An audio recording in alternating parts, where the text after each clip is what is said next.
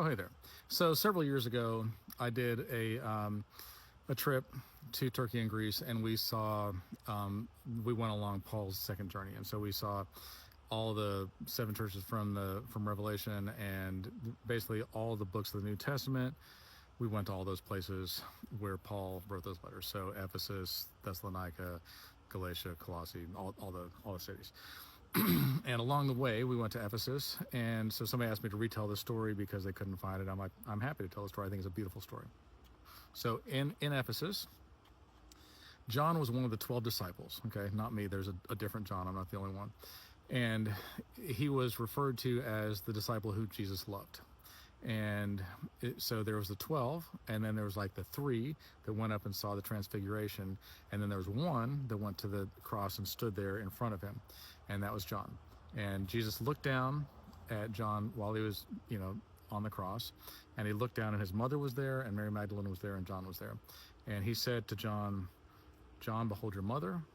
Mother, behold your son." And what he was saying to John was, "Take care of my mom. I'm not going to be here. Take care of my mom." And so John did. And they went to Ephesus, where Paul wrote the letter to the Ephesians. So that's Ephesus is the name of the city. And when I went there, it's a big, beautiful city. I mean, obviously it's ruins now or whatever. But when we went there was a Colosseum that held 25,000 people, and amphitheater, whatever you want to call it. In the side of the mountain, it kind of arcs around, and all the seats could see it.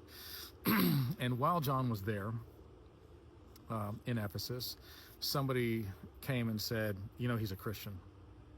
And the government's like, well, that's punishable by death. So they brought him to the Colosseum, and they're like, hey, buddy, here's what you got to do. You got to deny Jesus, or else we're going to kill you. And he's like, that I can't do that. I saw Jesus with my own eyes. I watched him be crucified, and I talked to him after he rose again from the dead on multiple occasions. I lived my life for him. I'm taking care of his mother. And if you think that I'm going to deny him now, you're insane. And they're like, well, we're going to kill you. And he goes, do what you got to do. I'm not afraid of you. And so they boiled him in oil. Okay. And I don't know if you've ever gotten a grease burn, but then imagine your entire body being deep fried like something that's being deep fried. And before they dipped him in there, he was asking God to forgive them. He was praising God, and he was singing songs. And as they dipped him into the oil, he was doing all those things. And minutes later, and I've been burned badly. On my feet, I was burned badly years ago, about 14 years ago. And it is agonizing. My feet still hurt to this day. But as he's being boiled in oil alive, minutes later, he's still singing songs, praising God, and asking for their forgiveness, and he's ready to go home, but he's not dying. Now, there was a point where Jesus was talking to Peter, and he said, he was preparing him, like, you're gonna have a hard life. And Peter eventually was crucified upside down, and that's not a fun death. And Peter immediately goes, well, what about John? What about him? I got a rotten life, but what about John? And Jesus said, whatever John has to do, that's between me and John. Why don't you worry about what you have to do, and that's between me and you? And he said, in fact, if I want John to live until I come back, that's between me and John. Well, then this rumor got started, but John would never die. But that's not what he said. He said, if I wanted him to live, then he would. And so they tried to kill him, and he would not die. And so after a while, this crowd of 25,000 people is like, maybe there's something real about this guy's God, because we've never seen anything like this before. And the people in charge were like, get him out of here. Get him out of here right now. And that's when they exiled him to the island of Patmos, and he was there for quite some time. While he was there, he ended up writing the book of Revelation. That is the last book in the Bible, okay? Very interesting. He also wrote the Gospel of John. So there's Matthew, Mark, Luke, and John. And so Matthew, Mark, and Luke are called the synoptic Gospels because Mark is shorter, and it looks like the other two read Mark's Gospel and went, yeah, this is all good points, but let me add these things too. But John's was like, I didn't even read Mark's or anybody else's. This is my testimony of Jesus.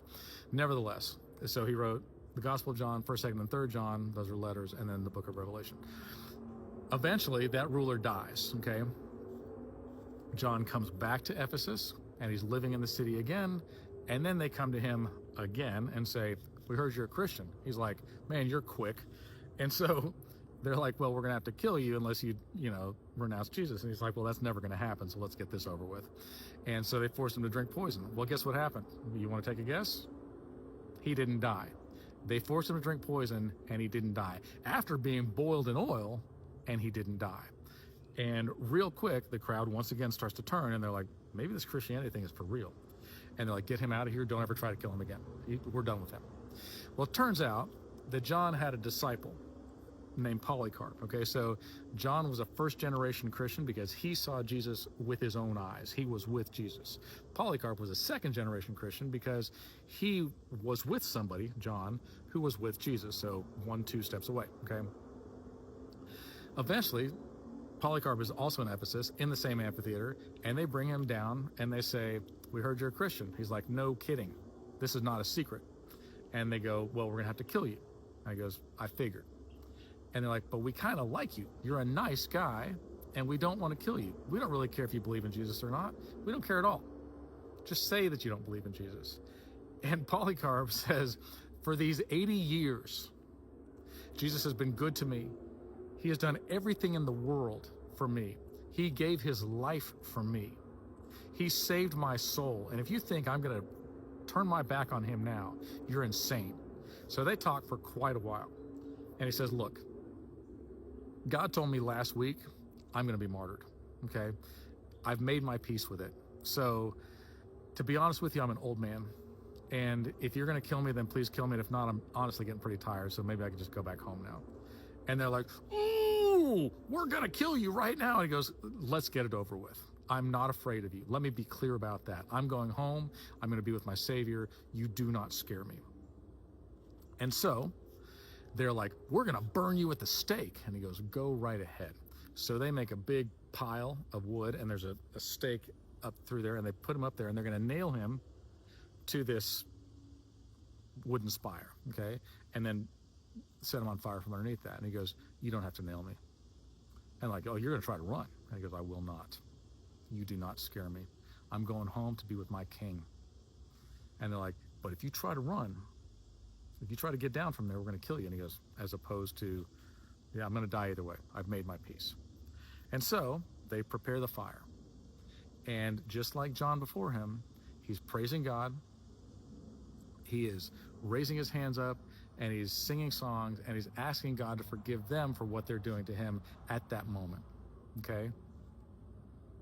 The fire starts. The fire gets huge. Minutes later, in the middle of a fire, he's still got his hands raised, and he's singing songs, and he's asking God to forgive these people, and he's ready to go home. And somebody goes, remember John? Remember we tried to kill him twice? And they're like, yeah. Well, that's his disciple. That's the same guy. You know, this is the same, something's up with these people. And they're like, kill him quick. And so they run a spear through him, and it did kill him. Now, here's the important part, okay? First of all, I applaud his bravery and the fact that he did not cower. Like, I want to die like that. Let's be clear. But then, when they killed him, they said it didn't smell like burning flesh. It didn't smell like, death. It smelled like bread being baked. It smelled like incense, like a holy offering to God. And the pagans to this day speak of the death of Polycarp. And I stood where that happened. And I was like, I want to be like those men. Those men are fearless. And the Bible clearly says there are no cowards in heaven. They stand up for their faith even to the point of death. And I'm like, that is what I want to be. Love you guys.